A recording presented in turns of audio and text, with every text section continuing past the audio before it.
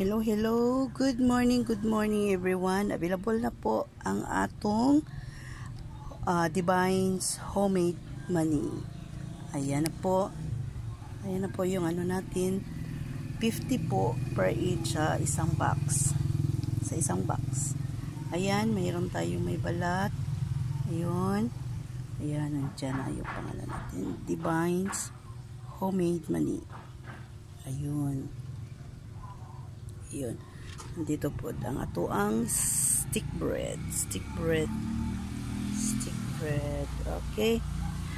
Naatay spicy o naapotay regular. Kani siya nga kon spicy ni siya. Ya kana regular. Ya kani spicy. Ay hindi pala regular ni kana siya spicy.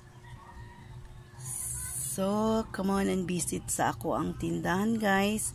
Available yung Divines Homemade Money. Ayun, and stick bread. Yay!